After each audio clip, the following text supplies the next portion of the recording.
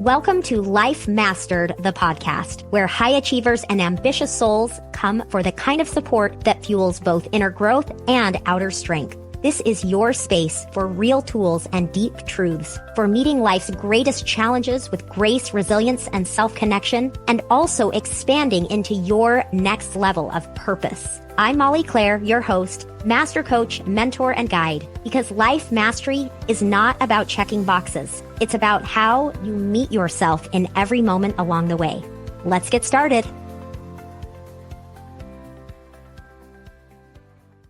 Welcome to this week's podcast. I have got another fantastic guest that I'm bringing to you today.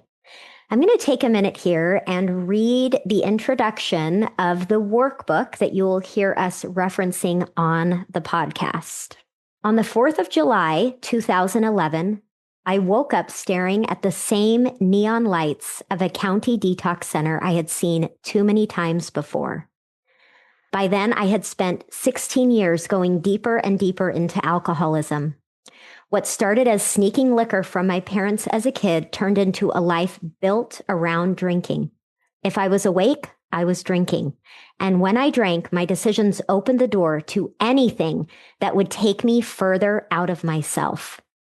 It was never enough. This is the introduction of the workbook, Staying Sober and Staying Steady by Jensen Rapp. Now, what's really cool about this for me is that Jensen and I were friends in middle school. The last time we saw each other in person, we were probably 13. And when he came out with this incredible self-help book that is 30 daily practices to supporting daily sobriety and steady living, when I got my hands on this workbook, and I was just so impacted, and I'm going to tell you why. I just knew that I had to reach out to him, and I want to help him share his message. And I wanted to bring him on the podcast to talk with all of you just about the power of being present with our emotions. Because the fact is that we all struggle, whether it's alcoholism, whether it is being a workaholic, whether it is constantly self-sabotaging and doing things to try to get away from ourselves and try to avoid what we're feeling. We all have these struggles. And the truth is that while we all have different flavors of them, at its core, the underlying issues, and I'm going to say even more than that, the solutions to this are exactly the same. And that's what we're going to be talking about on today's episode. I hope you love it. I hope you are inspired. And I'm just so excited to celebrate coming up on 15 years of sobriety for Jensen. Let's go ahead and get started. Welcome to the podcast, Jensen. Thank you so much, Molly. Yeah, it's strange how things work out. Here we are 30 plus years later and talking on the Right? podcast. I Yeah. know. Well, and the reason, of course, that I reached out to you and wanted you here is that when I saw your workbook, of course, I was curious, I was interested, I wanted to support you. And Thank then you. and then as I started reading it, I just was just touched and inspired by the authenticity of everything you shared. What really hit me is that we all struggle, and the more we can share our struggles and be honest about it and be there for one another, there's a lot of power in supporting each other. So anyway, I was just really struck by that, and that's why I wanted you to be here, because I think what your message that you have to share and the tools you have are phenomenal. They are phenomenal. And I've read a They've been lot of working for me. self-help books. I believe it. Me too. Yeah, yeah. So, one thing I want to ask right off the bat. So, this is pretty exciting timing wise because you're coming up on 15 years of being sober on July 4th. A pretty big deal. I would love to know what is this like for you coming up on this next anniversary? How are you feeling about it? I am feeling it's kind of overwhelming a little bit sometimes to just think like that you've come this far. When you start out, the agreement made with myself is, all right, we're gonna go for a year. If things get better, maybe we'll stick with it. But if Yeah. they're not, I'm drinking again. Yeah. And, Yeah. you know, they, after a year, I'll say for myself, they were phenomenally much better. So Mm. I just kind of kept doing it Yeah. and I kept getting through the obstacles and learning and being open, being willing. And one day at a time, it was really, you Yeah. have some great days where you're on the pink cloud, but life still happens when you're sober. Yeah, yeah. Yeah. And that's one of the things we're going to talk about. I know I want to really talk about like what do you do on a daily basis for the good days and the not so good days, right? So we're going to talk more about that as well. But one thing that I also want to talk about and have you share about is here we are talking about your sobriety and your workbook, right? And this anniversary around the corner. But all of this comes from some pretty hard and dark times. And I know something you said to me the other day when we were talking before this conversation is that you spent 16 years of your life drunk. Yeah. Yeah. Yeah. So when you talk about like the anniversary coming up, one of the cool things about having some years is you really have a contrast to look at. Mm, For me, my life is kind of in thirds right now as far as how many years I've acquired. So it was like childhood and that little journey, and then kind of when we met, little mm-hmm. adolescent years. And then, like it was right after junior high where, I kind of got into the alcohol and got into the party scene and got into the Yeah. marijuana and got into that, whatever was around. And for then, in the beginning, it was kind of an innocent kind of rebellion thing. But for someone like me, the progression took over to where the last 4 years of my drinking career, if I Mm-hmm. was awake, I was drinking. And Mm-hmm. unless Mm-hmm. my body physically could not keep it down, I was drinking. And I did have good times. I'm not going to say like it was all terrible and doom, but it created very tough mental obstacles for me. It created terrible habits and self-esteem issues. It created terrible health issues. And by the last 4 years, it was such a dark place that when I came out of it, and have this next, 15 years, almost as long as I was drinking, there's just such a like variety of ways to look at life. I know what it was like to be there. I can look at how it felt. And now being here, it's like, man, What a I've had a difference. whole new life. Like Yeah. I started from jails, institutions, homelessness, all those things that I brought on myself through my habits Yeah. and through the consequences of that lifestyle. And it's all behind me. And, I started from nothing and I'm just so Yeah. Yeah. happy. And I've built so many things that I can look back on and feel good about. And, Yeah. so it's And like two built it different, one day at a time, one practice at a time, one decision at a time. Really, yeah, right? There's no shortcut. yeah, yeah. And, it's just being able to do that, like gives me a confidence that that I can do it no matter what. And anybody Mm-hmm. else can too. Mm-hmm. I Mm-hmm. believe anybody's got a chance as long as you're breathing. Yeah, yeah. Yeah. And I want to pause for just a minute because I know for everyone here listening, um, you may not relate to this exact experience, right? But what I think is definitely relevant to everyone is that what's what's underneath is really the same for all of us, right? Whatever our vice is or whatever our I know the other day you referred to it as like what's your X factor, right? And for you, alcohol is your X factor. And I'd love to hear you share what you kind of said about like when you know the X factor, right? Like Exactly. yeah, Yeah. And, and that takes some real honest, you got to look at yourself honestly. It's different for everybody.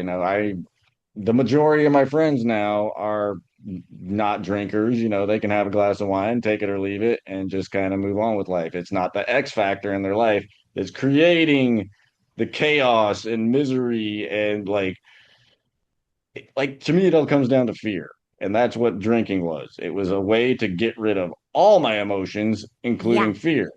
And emotions, especially with the way the world is now, they come up so quickly. You can be triggered by so many different things. And so if your X factors, whatever it is, it could be sleeping too much, it could be, lying to yourself, it could be avoidance of conversations, eating, TV, internet, all the things.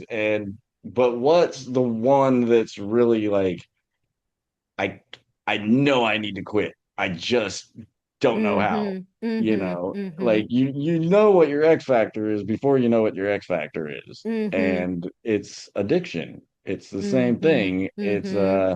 It's covering up some emotion you don't want to deal with. Yeah. Yeah, And and I so think that, one thing that I've thought a little bit about is even like what is that one thing that is really keeping you from the life that you want, from the peace that you want, from the relationships that you want. And it can be a lot of things, right? All kinds of addictions, right? We can be overworking, we can hyper focus on one thing, right? To not have to deal with the rest of it. And so I don't think it really matters what it is, but what matters is, are we willing to be honest with ourselves about it and actually see it? Yeah. Yeah. definitely. And like you said, it's like working from the outside. It's outside looking in. Oh, that's a great thing. And you're producing, you're Right. doing all the things, and you're gonna make it to the top, whatever it is. Yeah. But, I have friends who are workaholics. I Yeah. go on vacation with them. They can't put down the phone because they're still working and they're just not present. And, you know, yes, their work is doing well, their businesses are doing well, but the rest of their life kind of falling apart, you Yeah. know? Yeah. And we can And only run so long from what's inside of us. exactly, Yeah. balance is a good thing. And, Yeah. some of those things, it is the X factor. What is the one thing that if I remove this, my life would get better? Mm-hmm. Give it a shot. You know, it's Mm-hmm. like one of the things I learned about is like if you don't think you're an alcoholic or put in whatever word, workaholic, Mm-hmm. Mm-hmm. Mm-hmm. try to go to the bar and do some controlled drinking. Say, I'm only going to have two drinks. I'm going to walk away and not drink for the rest of the night. Mm-hmm. Like, if you can do that, you might not be an alcoholic. But, Mm-hmm. it's like Mm-hmm. you're saying, like workaholic if your family needs you, if, your health is suffering because you're not Mm-hmm. sleeping or whatever it is. It's like you can still work, but can you do controlled work? Can you control it a Mm-hmm. little bit? Mm-hmm. Can you be But present when you're not working, right? And it, it's again going back to this idea for all of you listening. Um, what would you when you just think like, what is my X factor? What is the thing that is getting in the way? Can you be honest with yourself about it? And this is the hard part, right? What is it going to require of me to change this, right? To change this. And something I want to go back a little bit because I know you were talking about the last 4 years of your drinking career. yes, the career. And and I mean, you were in a pretty low place. And I know that you've expressed like that your family, like everyone had kind of given up on you. Like it was just kind of had everyone had kind of accepted that Yeah, you maybe you'd be found in a ditch one day. yeah, or a prison cell, you Yeah. know. So it was dark, and the thing about it is there was a comfortable like feeling in that darkness, and that was almost what Mm-hmm. I was addicted to.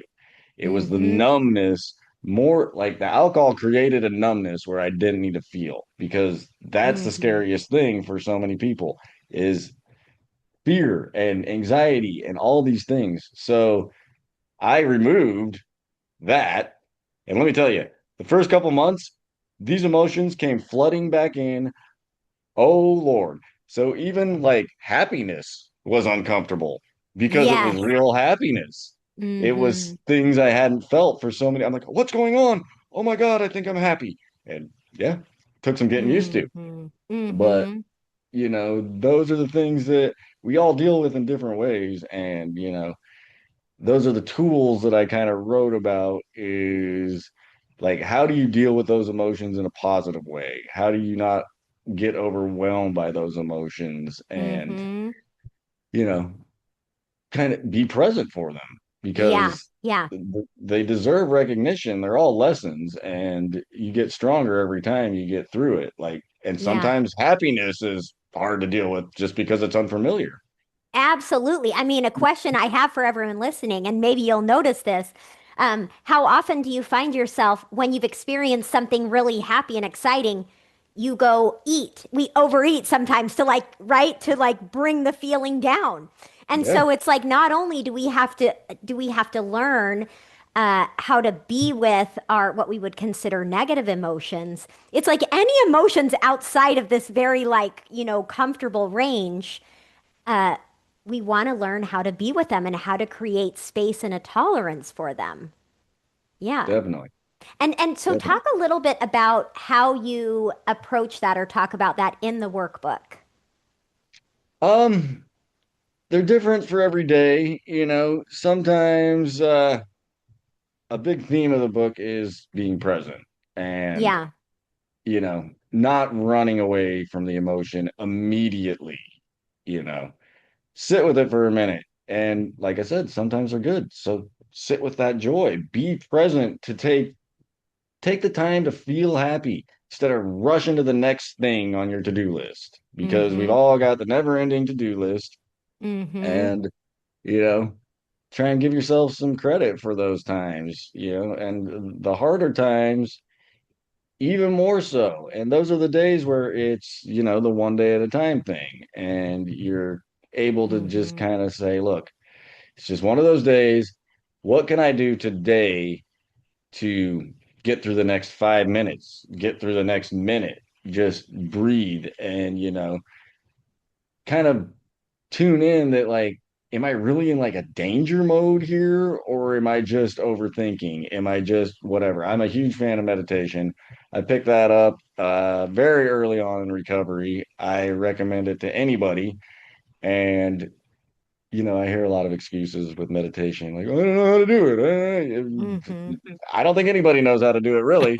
But, for me, it started with like, I'm out of the shower. I'm going to lay here and just try not to think for 5 minutes, just clear my head, be present. Yeah. And if I get 30 seconds of actual clarity of that 5 minutes, that's 30 seconds more than I had. And Yeah. continue Yeah. just to learn as you go. So it's really, for me, I talk about a lot about the book is, dealing with the day to days, also giving yourself credit, you know, and healthy rewards that, getting through hard times is no joke. Yeah. Uh, and we don't get to Yeah. decide what somebody else's hard time is, No. No. we don't. So for me, it was getting over alcoholism, and that's something. But for somebody else, something that we find trivial is hard for them. It's a new Exactly. idea, it's a new thought, and it takes practice. So, Yeah. you don't And judge if it's something trivial, sometimes it can be easier to justify continuing the behavior, right? very much so. Very much so. And so I think that's what, a lot of us are susceptible to. I think that's probably where I'm susceptible because, I can't say that I have any glaring habits, right, that someone would see on the outside. And yet, I have a lot of them. I have a lot of these, little ways that I avoid or sabotage myself. And so I think that's what's interesting also is when it's the little things, when our X factor, our quote unquote little things are not glaring, is it easier for us to allow them and to continue to live in mediocrity, continue to live without that presence that you keep talking about, right? 100%. Yeah. Yeah. Yeah, definitely. Well, one thing that has really struck me about our conversations is I know when we spoke the other day, you said, um, yes, I when I was drinking, yeah, I had some good times, but also I wasn't really present even then. So were they really good times? Because if you're not present, what do you really have? And I Mhm. remember you saying that. And then as we started this conversation today, you talked about how, when you were in those years, especially those last 4 years, how there was a comfort in really not being present and kind of being removed from those feelings. And yet, what I notice, the thing that you keep talking about as one of the most powerful things for you now, today, is presence. Almost as if I almost hear from you that it's something you really value or cherish because you didn't have it for such a long time. Yes, 100%. And I wasn't present, and I definitely wasn't clear. The clarity that came over me through these practices that I wrote about, through and the key word is practice. You do Yeah. it all the time, and you start to practice in your mind. You're constantly practicing, and you're finding your presence. And as you practice, you gain this clarity that I swear thought I had superpowers when I got sober, because I can remember things. Oh my gosh, the keys are exactly where I thought they'd be. It was just little things like that seem trivial, but when your Yeah. life is in chaos, where are my damn keys? I don't know, because I'm Yeah. not present. When I put them down, I'm thinking of something else. Yeah. So Yeah. I began to gain this clarity, and I think anybody can find it, but that right there is what keeps me sober as well. Is I'm not willing to risk the clarity, the confidence I have in myself. It's not to like the confidence of like it's the confidence that I will figure it out. Yeah. My brain Yeah. is clear enough. I practice these things. I might not figure it out right now, and I don't have to, but I'll figure Yeah. it out. I trust myself. I trust my Yeah. abilities. I trust that I'm not going to go out and sabotage myself. Yeah. Yeah, the clarity is priceless to me, and I Yeah. pray for it for everybody, Yeah. just to Yeah. know you can do it. You can do it, You can man. do it. You can do it. So let's talk about a little about this workbook. So obviously the workbook is focused on getting sober, staying sober, but I'm going to say like every one of you listening to this, the link to this will be in the show notes. You absolutely should go get this workbook. It's 30 days of practices, it's daily practices. It's just it's so clear. It's like I imagine I imagine you sitting there with just like an old-fashioned like paper and pen because it really does just feel so genuine and like from your heart and just it's so good. And so going back to what I was saying, no matter what your X factor is, no matter what it is you're trying to achieve or overcome in your life, or no matter why or how you're trying to achieve more presence and sense of peace with yourself, I think getting this workbook and doing these 30 days of practices will help anybody. Anybody. Yeah. Yeah. So, Yeah, that was a goal. You could pick it up in your first 30 days. Like if we're talking about it strictly from sobriety, my goal was to have it be something you can pick up in your first 30 days. You can pick up at 5 years. You can pick up it's daily reminders, and hopefully, you know, pick it up, open a page. That might be exactly what you need to hear today, yeah. because sometimes it's the little things that can get you through. And not it's not always about the hard days. It's also about just growth and practicing, like I said. Yeah. Yeah. So, what are some of your daily practices, or you could even, reference some in the workbook because obviously they're there as well. And talk a little bit about daily practices in terms of like a good day and maybe not so good day. Okay, let's give this a shot. Good day, is sticking to your commitments. I don't like to try to go much further than today and tomorrow in my thinking. Mm-hmm. I try to stay Mm-hmm. present, like, and I set simple goals for the day. Sometimes I write them down, sometimes I don't, because I'm doing my best, and Mm-hmm. life Mm-hmm. happens. So I wake up, I've got some goals in mind. There's like always one. Like today, I'm gonna definitely do that. And I start with that, and I wake up and reaffirm it. Like, we're getting that done today. Mm-hmm. And anything else is kind of an extra. I'm not Mm-hmm. trying to, I'm not trying to solve it all because Uh-huh. that's overwhelming. Those are the kind of things that trigger me. Yeah. Is like, I got to do this, and the laundry list keeps getting bigger and bigger and bigger. Okay, yes, I'll get to these things, but I got to give myself some serenity. I love a quiet morning, Mm-hmm. get my little coffee. I Mm-hmm. say some affirmations. I Mm-hmm. try to get my mind right first thing in the morning, just thinking of some positive things and some gratitude.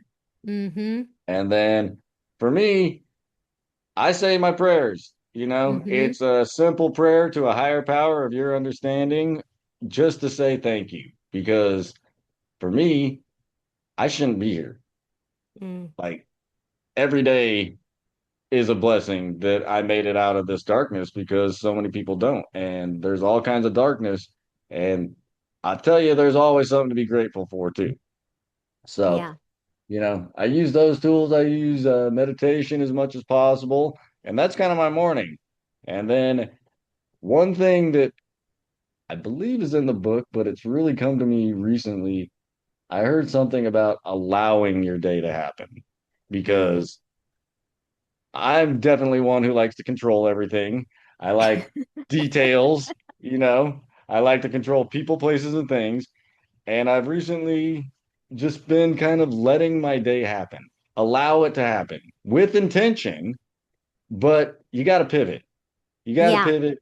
You got to be kind to people, you know, and like a lot of times it's just, you know, kind of staying in your lane with Yeah. intention, you Yeah. know, Yeah. and I'll get my goals done 90% of the time, but it's like those hard days you're talking about. Yeah. I get my things done and I feel good and I plan and I look forward to the future. I do my best to stay optimistic. I be careful to think before I speak Mm-hmm. because your tongue can get you in a lot of trouble, especially when you're feeling TO'd or a little off. You sometimes say things you don't, but I kind of stay in Yeah. my lane as far as that goes.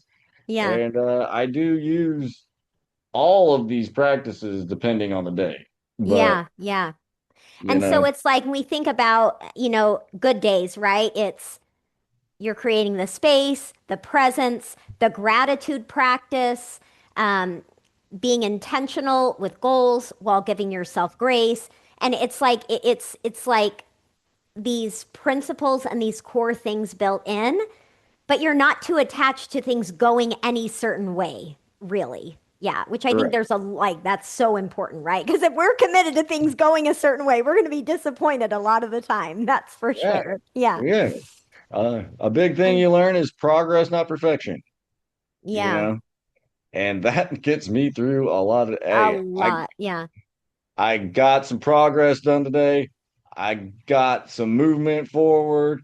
I got a little exercise, whatever it is. But, Yeah. Yeah. and sometimes those are the hard days is like, man, right now, I have just got to be aware of what my thought patterns are doing. We just talked about Hmm. retrograde.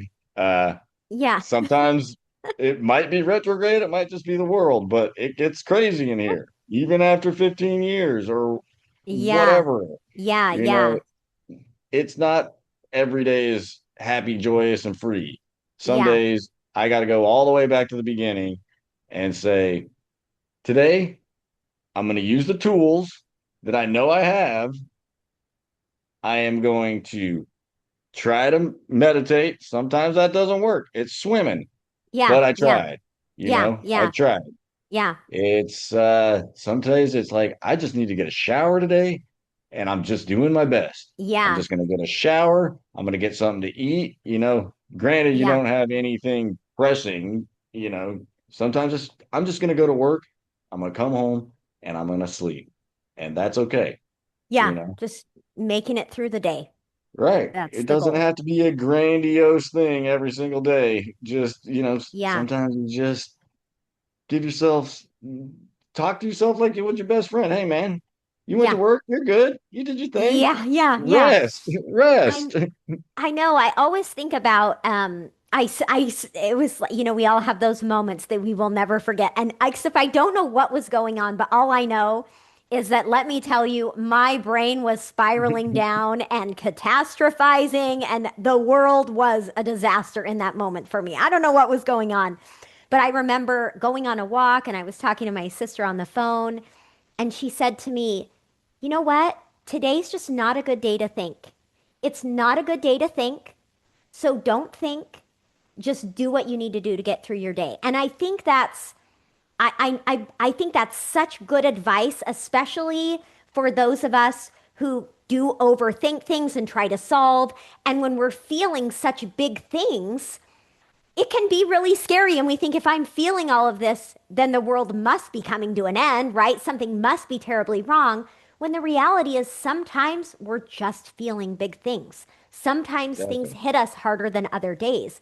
And so I think that, for everyone, whether no matter what you're overcoming or what you're dealing with, we all have bad days. And when it's a bad day, we got to just give ourselves the space and the grace and a little bit of leniency to just get through the day.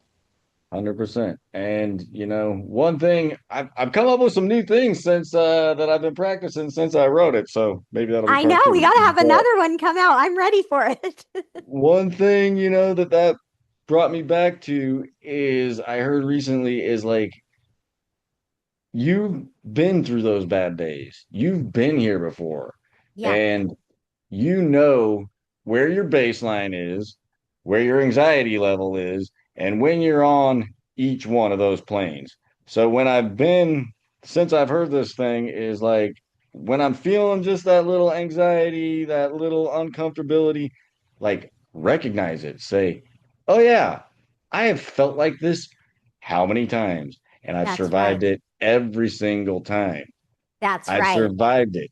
Like, give it the attention it deserves and then move on. And remember, I'm going to go back to my baseline. I always do. And I'm pretty sure I will Mm-hmm. this time too. And Mm-hmm. so, that Mm-hmm. recognition of, yes, I'm okay. I'm uncomfortable right now, but it's okay. And it's Mm-hmm. going to pass. Mm-hmm. Because when you're in it, it's really hard to remember that you get out of it It too. is really hard, I know. Yeah. And then it's always, I know for me, sometimes I'll notice, like, I will literally have that conversation with myself when I'm having a day where it feels really big, it feels really hard, or I feel really down. I'm like, okay, 24 hours ago, right? I remember a time not that long ago when I felt really good or I felt really clear. I'm like, not that long ago, you were feeling okay. So guess what that means? Pretty soon, you're going to be feeling okay again. Like, don't Yes. don't believe these feelings too much, right? Don't buy Right. into whatever story is being told to you in your Right. brain about this. Yeah. And they're Yeah. very convincing Yes, feelings. they are. Yeah. I'm not one to say just like ignore them, but don't Yeah. give them the attention they deserve, you Yes. know. Yes. Yes. Okay, so I want to ask you about a couple things and then we're going to wrap up, and I do want you to share anything else, that you really want to leave everyone with. But I Perfect. know that I know you talk a lot about it being a decision, right? Like making a decision. And I know that we talked a little bit the other day about one of the things you practice, which is to think twice. So talk a Yes. little about the decision and thinking twice. But that's how it all started is the decision. And that's, how I open up the book is because once you make it and it's honest, like you kind of Yeah. you begin to hold yourself accountable and you're not Yeah. doing it for anybody else because sometimes things have to end. They just have to end. Yeah. Relationships, with people, with environments, with things that we really cling to. And oh man, alcoholism and drinking every day, that was it. Yeah. I didn't really have any other plans. And so when I finally woke up that morning, I don't know what it was. It was a decision that I wanted something different. I wanted something better. I was through the chaos, it had run its course, and the only thing I could do is quit. The decision to change and be truly make that decision and move forward with it, you know, Yeah. like Yeah. no And more it putting was this off. your decision. I know you've said, like, your people didn't believe you. It was like, oh, sure. But it didn't No, matter if they believed you because you believed you. You made the no. decision. And I didn't know anything past that. I didn't know Yeah. how I was going to do it. I didn't know what it entailed. I didn't know what the next step was. But the decision was, this is over. What's next? Yeah. Yeah. And there's no going back. Yeah.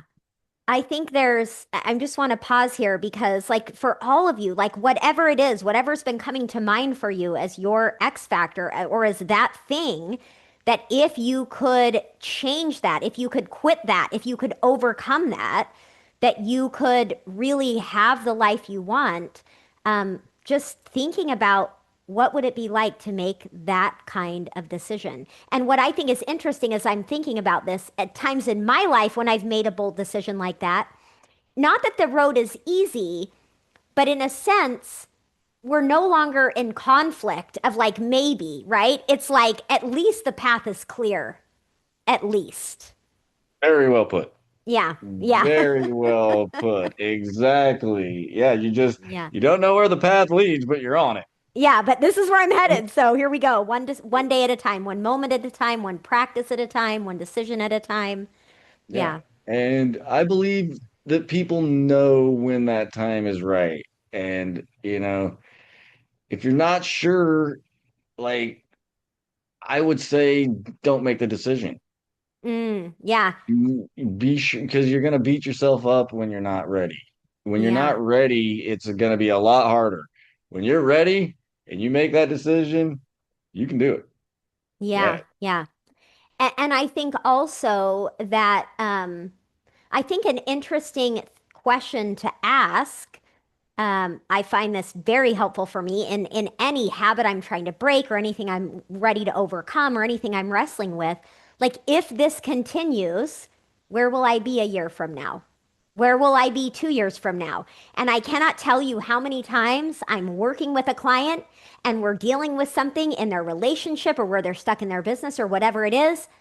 And asking that question brings the reality of the situation and what it's really costing them right to the surface. It is like they cannot not see it. So I think that's a really important question to ask ourselves. Definitely. Yeah. Yeah. And I just think you save yourself a lot of back and forth and turmoil if Yeah, you're that's just right. honest. And when you're ready, I'm telling you, like, That's it. There's no going back. there's no going back for better or worse. But Yeah. it seems to be removing an X factor. It happened for me in just it was a constant progression of just things getting better. Yeah. It was Yeah. slower and it took time, but that's where your faith comes in, and that's in the book. Yeah. It's not seeing the top of the mountain and keeping just trudging Yeah. along, keep Yeah. going. Yeah. Yeah, Okay, so I want to wrap up here, but I do want you to just talk about thinking twice before we yeah, go. yeah.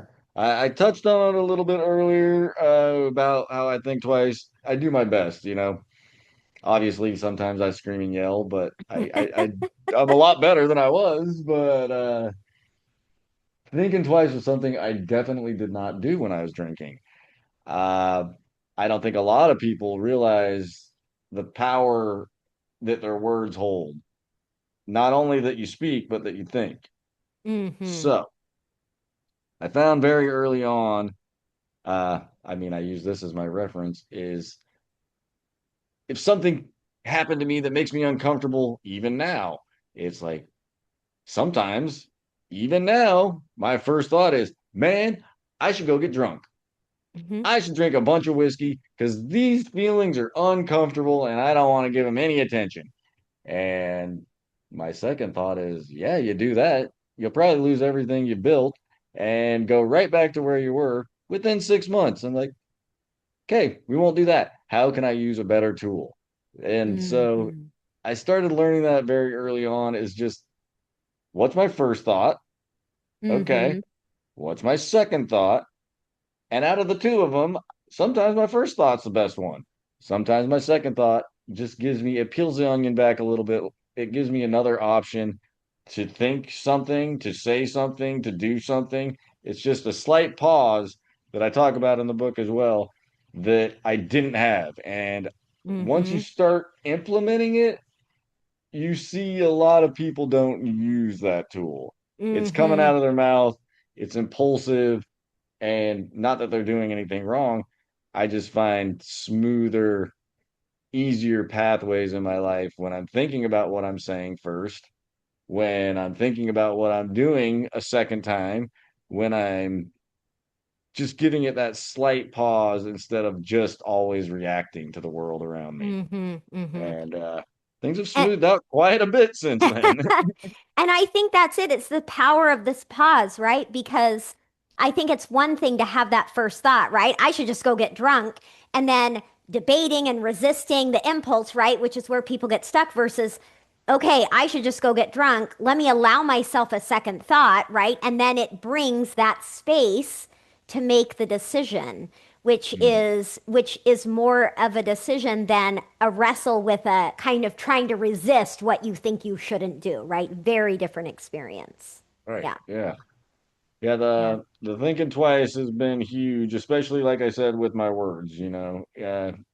all live in families and relationships Oh, we and do. you know, trying to control everybody again, like, oh, what are you doing over there? And like you Yeah. can have just it takes just a second for something to come out of your mouth that it's not Yeah. necessary. And if you Yeah. could just think twice, you can say the same thing in a kinder, easier, more understanding way Yeah. than Yeah.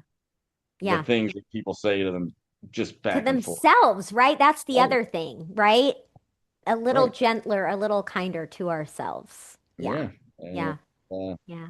those are things that just have gotten me this far, and I've been able to enjoy a life that's been really nice. And It's so incredible. Well, thank you so much for this conversation. Like I said, that course. everyone, the show in the show notes, you can find a link to his workbook.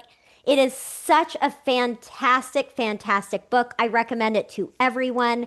And just huge congrats to you. And thank you for sharing your experience. And I'm so glad you're here. I'm so glad you're Oh, here. I'm so glad you're present. I Yeah. am glad I'm here too, and I'm so happy to be here. Like this is just wild that we're 30 years later I know. talking about all these things we learned. I Yeah, know, I know. Well, so super cool. Yeah, thank you so much. Of And course. thank you so much, everyone, for being here. I hope, as you walk away from this, that you remember just how much hope and possibility there is, and that truly, no matter how long we've done something, no matter how deep we are, there is always possibility for change, and there's always support to help you get there. So thank you so 100%. much, and I'll talk with all of you next week.